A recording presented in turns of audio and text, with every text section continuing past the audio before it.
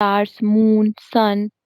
So all these are interdependent. It means they are dependent on each other. Okay. So today we are going to learn about the solar system. मैं तो अभी आपको दिखाई दे रहा होगा, right? Okay. तो अब हम आपको बताते हैं कि जैसे तरह ये दोनों बच्चों की क्यूरीज थी, उस तरह आपको भी क्यूरीज होती होंगी कि हमारा जो स्टार होता है, हम आसमान पे दिखाई देते हैं, तो वो इतने चमकते क्यों हैं? और उनमें खुद की लाइट होती है क्या? किसके थ्रू चमकते हैं? तो ये आपकी क्यूरी को हम सॉल्व करते हैं कि जो ट्विंकलिंग स्टार्स होते हैं, which do not twinkle our planets, ठीक है? तो जो मून होता है सबसे ब्राइटेस्ट ऑब्जेक्ट होता है हमारे, आपने देखा होगा रात में आसमान में अगर सबसे ज़्यादा कोई चमकती चीज़ दिखाई देती है, तो वो क्या होता है? हमारा सिर्फ मून। आपने देखा होगा मून, इस तरह से हमारा मून होता है, ठीक है?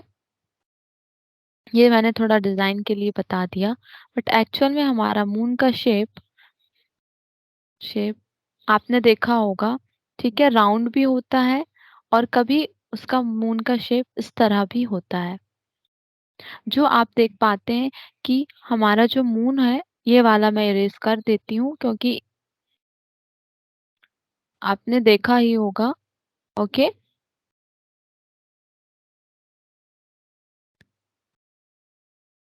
जो आपने देखा होगा कि जो सबसे ज़्यादा चमकती हुई चीज़ होती है, वो मून होता है हमारी स्काई में। The stars, object, moon and many other objects in the sky, और ये जो सारे ऑब्जेक्ट्स हमारी स्काई में पाए जाते हैं, उसको सेलेस्टियल ऑब्जेक्ट्स बोलते हैं। The study of celestial object and associated phenomena is called astronomy. अगर हम इन ऑब्जेक्ट्स की स्टडी करते हैं, ठीक है? तो इस स्टडी और इस फिनोमेना को एस्ट्रोनॉमी कहते हैं। क्या कहते हैं? एस्ट्रोनॉमी। पुराने समय में हमारे जो एंसेस्टर्स थे, वो स्काई को ऑब्ज़र्व करके वो अनुमान लगाते थे कि कब कौन-सा सीज़न आने वाला है, कब कौन-सा महीना आने वाला है। महीने के और मौसम के हिसाब से देखकर वो फसलें डिसाइड करते थे। जैसे आपने देखा होगा, ठंडियों के सीज़न में व्हीट लगाई जाती है, गेहूँ, ठीक है? बारिश के सीज़न में पैडी, राइस यानी चावल लगाए जाते हैं, इस तरह से। और वो स्काई और उसमें चेंजेस देखकर वो ऑब्जर्व करते थे कि अब कौन-सा फेस्टिवल आने वाला है, ठीक है? ओके। और वो फेस्टिवल्स का भी अंदाज़ा लगा लेते थे। इज़ देयर अ ओके, अब हम देखते हैं मून। जैसे कि हम मैंने आपको बताया था, ये देखिए मून के शेप राउंड, ठीक है? फिर उसमें थोड़ा-सा आजू-बाजू से उसमें उसका जो विज़ुअल है, उसका जो शेप है, वो छोटा-छोटा होते जाता है, और हमारा जो 14-15 डे तक जब हम देखेंगे हमारे मून को, तो उसमें सबसे ज़्यादा कम लाइट और सबसे ज़्यादा कम शेप दिखाई देता है, ठीक है? तो अपन पढ़ते हैं, रोज़ाना अगर आप ऑब्ज़र्व करेंगे अपनी स्काई पे, तो आप देखेंगे कि आपका जो शेप है मून का, सबसे पहले दिन सबसे बड़ा दिखाई देगा, दूसरे दिन थोड़ा छोटा, थोड़ा छोटा, थोड़ा छोटा, इस तरह से उसका शेप में शॉर्टेज होगा। और जब आप उसको 14th डे में देखेंगे तो आपको विज़िबल ही नहीं होगा, ठीक है? The day on which whole disc of the moon is visible, जिस दिन पूरा फुल मून दिखाई देता है, उसको फुल मून डे कहते हैं। और जब वो छोटा होते जाता है और जब वो 14th डे में 15th डे में पूरा विज़िबल हमें नहीं होगा क्योंकि उसका शेप छोटा हो गया। लेकिन जब वो नया दिन, जब न्यू मून डे फिर से निकलता है, और फिर जो फुल मून से जो न्यू मून तक की जो टाइम होता है, वो उसमें के लिए पूरा 29 डेज़ लगते हैं, जिसको हमारे हिंदू कैलेंडर में 1 मंथ बोला जाता है, ठीक है? The various shape of the bright part of the moon as seen during a month are called phases of moon। तो इसी तरह जो मून के जो शेप चेंज हो रहे हैं, इनको phases of moon कहते हैं, ठीक है? Almost all festival in India are celebrated according to the phases of moon। हमारे पूरे जो हमारा भारतवर्ष है, उस पे कितने सारे त्योहार हैं, आप भी जानते हैं, होली, दिवाली, ईद, ठीक है? तो ये सारे जो फेस्टिवल्स हैं, ये मौसम को देखकर कब कौन से मौसम में कौन-सा फेस्टिवल बनाना है, तो ये सारी चीज़ें वो डिसाइडेड हमारे पुराने ज़माने से चली आ रही हैं।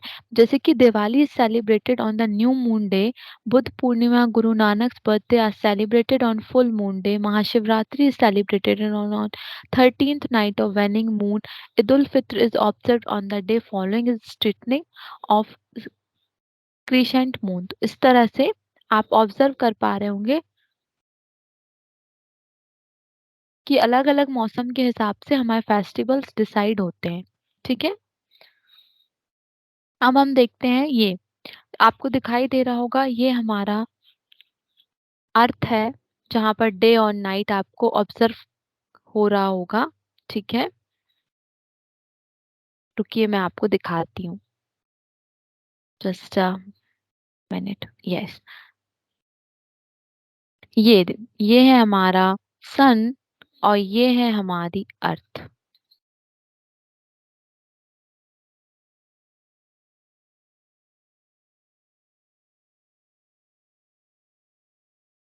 ये है हमारा अर्थ। ओके, जहाँ डे और नाइट हमें देखने को मिलता है, और ये है हमारा सन। ओके, तो अब हम आगे चलते हैं, क्या क्या चेंजेस होते हैं, कैसे डे नाइट में चेंज होती है, और अर्थ का और सन का क्या रिलेशन है, और सन का, अर्थ का और मून का क्या रिलेशन है। ओके,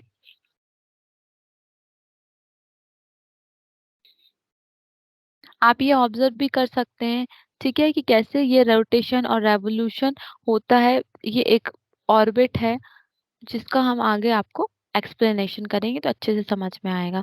ये देखिए, ये हमारी अर्थ है, ये अर्थ का ये ऑर्बिट है जहाँ पर ये चक्र लगाती है सन के। ठीक है? और जब ये अर्थ रोटेशन शुरू करती है, तो हमारा ये सन, मून का और अर्थ का जो एक रिलेशन होता है, वो फुल मून से स्टार्ट होता है। और जब इसका साइज देखिए छोटा होते जा रहा है, फिर छोटा होते जा रहा है, फिर छोटा होते जा रहा है, और 15th डे में, जैसे कि हमने ऑब्जर्व किया था, 15th डे में वो विजिबल ही नहीं होता है। फिर जब वो छोटा-छोटा होते जाता है, उसके बाद, छोटे होने के बाद, जो हमारा मून है, फिर उसका फिर से थोड़ा-थोड़ा दिखाई देना होता है, और जब वो फुल मून में जाता है, तो इस पूरे रोटेशन में, इस टाइम के रोटेशन में पूरा 29 डेज़ लगता है, और इस 29 डेज़ को 1 मंथ बोला जाता है हमारे हिंदू कैलेंडर में। Okay? 29 days is equal to 1 month as per our Hindu calendar। ये देखिए, यहाँ पर भी आपको दिखाई दे रहा होगा, ये हमारा मून, मून हमारे अर्थ का रोटेशन करता है। ठीक है? और हमारी जो अर्थ है वो सन को का रोटेशन करती है। ये मून अर्थ की परिक्रमा लगाता है और अर्थ सन की परिक्रमा लगाती है। Hope you got it everyone. If you have any doubt, you you can type your doubts. Okay, I will resolve it. अब आता है मून का सरफेस। आपने देखा होगा हमारी अर्थ का सरफेस कैसा है, कहीं पर लैंडस्केप है, कहीं पर ओशियंस हैं, कहीं पर प्लेन है, कहीं पे माउंटेन है, कहीं पर प्लेट्यू है। तो हमारा जो मून का सरफेस है, वो भी हमें क्यूरी रहती है कि हमारा जो चंद्रमा है उसका सरफेस कैसा है। तो हम आपको बताते हैं, हमारा जो चंद्रमा होता है उस पे, अब पहले तो ये ऑब्जर्व करना बहुत मुश्किल था क्योंकि इतनी दूर है वहाँ। ठीक है? लेकिन जब हमारे साइंटिस्ट लोग ने ऑब्जर्व किया, जब वो वहाँ पर गए, उन्होंने देखा कि हमारा जो मून है वो एक fascinating ऑब्जेक्ट है। ठीक है? बट व्हेन एस्ट्रोनॉट लैंडेड, जब एस्ट्रोनॉट्स मून पर गए, उन्होंने देखा मून का सरफेस डस्टी है और बैरन है। डस्टी यानी कि वहाँ पर सिर्फ डस्ट ही डस्ट है, और वहाँ बैरन यानी कि वहाँ पर एक बोला जाए तो वहाँ पर कोई भी चीज़ नहीं है, सिर्फ बंजर है। There are many craters of different size. It also have a large number of steep and how mountains। आप देख रहे होंगे, ये देखिए कितने बड़े-बड़े गड्ढे दिखाई दे रहे हैं, कहीं-कहीं छोटा, थोड़ा ऊंचा एरिया है, कहीं नीचा एरिया है। तो ये वहाँ पर वहाँ के एरिया को बताया हुआ है। ये देखिए, सबसे पहले 21 जुलाई 1969 को नील आर्मस्ट्रांग, इंडियन, पहले इंडियन थे जो नील आर्मस्ट्रांग मून पर गए थे। ठीक है?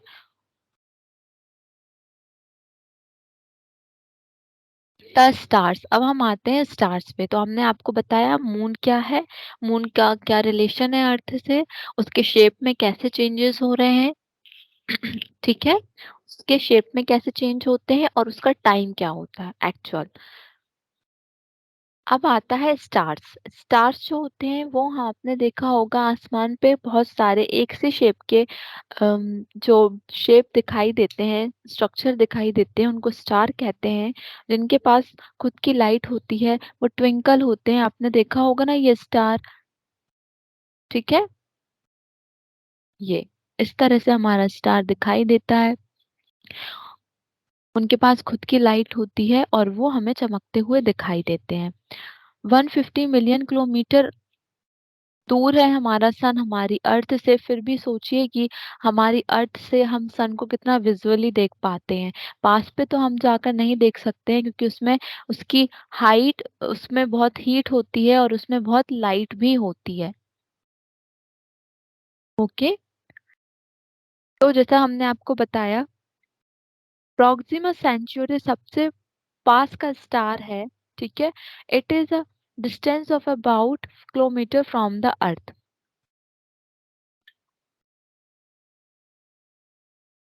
Millions of kilometre from the earth. जो डिस्टेंस होता है उसको नापने के लिए एक यूनिट रखी है और जिसको लीप ईयर बोलते हैं। क्या बोलते हैं? Leap year. It is the distance travelled by light in one year. Remember that the speed of the light is about 30 lakh kilometer per second. Thus, the distance of the sun from the earth may be said to be about 8 light minutes. The distance of Alpha Centauri is about 4.3 light year. तो इस तरह से मतलब कि कैसे major करें कि light year कब पड़ेगा, कितने कितने कैसे मेजर करें उसको, तो इसलिए ये एक मेजरिंग यूनिट बता दी है। अब आपको हम नेक्स्ट टॉपिक आता है कंस्टलेशन। कंस्टलेशन क्या होता है बच्चों? जब हम आसमान में, आपने देखा होगा, हम देखते हैं तो स्टार्स का एक ग्रुप हमें दिखाई देता है। ठीक है, जो एक शेप, मतलब हमको ऐसा हम ऑब्जर्व करते हैं कि हाँ इसमें ये शेप दिखाई दे रहा है, तो हम उसको कॉन्स्टलेशन बोलते हैं। ठीक है, constellation forming a group that has a recognisable shape is called constellation. Stars का एक ग्रुप होता है जो एक शेप बना लेता है, उसको हम कॉन्स्टलेशन कहते हैं। ओके, जैसे कि यहाँ आपने देखा होगा, ये देखिए, ग्रेट बियर का शेप है, ये एक ओरियन का शेप है, कैसियोपिया का शेप है, ल्यूमेजर का शेप है। तो ये एक कंस्टलेशन इकट्ठा जो ग्रुप ऑफ स्टार बनाते हैं और हम ये ऑब्जर्व कर सकते हैं। एक्चुअल में तो हम ऐसा वहां जाकर या लाइन ड्रॉ नहीं कर सकते हैं, ये सिर्फ हमारा विजुअलाइजेशन, इमेजिनेशन होता है। ठीक है, जैसे कि मैं आपको दिखाऊं, ये देखिए, आपने एक सप्तऋषि के बारे में सुना होगा, क्वेश्चन मार्क, जो एक हमारा क्वेश्चन मार्क के शेप में 7 स्टार्स होते हैं और उन्हें माना जाता है कि वो हमारे पुराने 7 ऋषियों के नाम से उनको जाना जाता है, इसलिए उनको सप्तऋषि बोलते हैं। As per the methodology, the 7 sages who form the Saptarishi preserve the eternal knowledge of Vedas and explain it to the people in every new age। तो इसलिए ये 7 जो हमारे पूर्वज ऋषि थे, उनके नाम पे ही इस क्वेश्चन मार्क के जो शेप का कंस्टलेशन है उसको सप्तऋषि बोला गया है। ओके, तो आज हमने आपको कौन कौन से टॉपिक पढ़ाए हैं? आज का टॉपिक था स्टार, आज का टॉपिक आपने पढ़ा मून, फिर आपने पढ़ा कंस्टलेशन। ठीक है, अब हम पढ़ते हैं आगे का टॉपिक, और जो है आपका सोलर सिस्टम। सोलर सिस्टम, आपने देखा होगा, ये हमारा सन है। ये हमारे सन जो होता है, ये एक हमारे यूनिट है हमारे सोलर सिस्टम का। ठीक है, सन सेंट्रली लोकेटेड होता है। इसके चारों तरफ एक एक ऑर्बिट में हमारे 8 प्लैनेट होते हैं। सबसे पहला होता है मरकरी, वीनस, अर्थ, मार्स, जुपिटर, सैटर्न, यूरेनस, और ये है नेपच्यून। ठीक है, तो ये अपने अपने ऑर्बिट पे सन के चक्र लगाते रहते हैं, रोटेशन कंप्लीट करते रहते हैं। ठीक है, ये हमारा सिस्टम है जहाँ पर प्लैनेट्स अपने पर्टिकुलर प्लेस पर होते हैं और इसी सिस्टम को हम सोलर सिस्टम कहते हैं। सोलर इसलिए बोलते हैं क्योंकि ये सन जो है इसमें सबसे ज़्यादा लाइट होती है, सबसे ज़्यादा हीट होती है, और जो सोलर होता है उसका मतलब ही होता है अग्नि, और जो हमारा सन होता है उसमें इतनी ज़्यादा तेज लाइट और हीट होती है जो, और वो हमारा फंक्शनल यूनिट होता है सिस्टम का, इसलिए इसका नाम सोलर सिस्टम रखा गया है। ठीक है, सोलर सिस्टम हम लार्ज नंबर ऑफ बॉडीज हैं, जैसे कि प्लैनेट हैं, comets, asteroids, meteors, gravitational attraction, सन और दूसरे ऑब्जेक्ट के बीच में एक जो फोर्स होता है उसको ग्रेविटेशनल फोर्स कहते हैं, जिसके कारण वो एक दूसरे से अट्रैक्ट होते हैं। तो ये हमारा सोलर सिस्टम है। ठीक है, आप ऑब्जर्व कर सकते हैं। ओके, आई होप आपको समझ में आया हो। If you have any concerns और any query, please type in the chat message box. I will resolve it. Okay. And hope so you are able to learn, and please revise for the next topic next day. Thank you.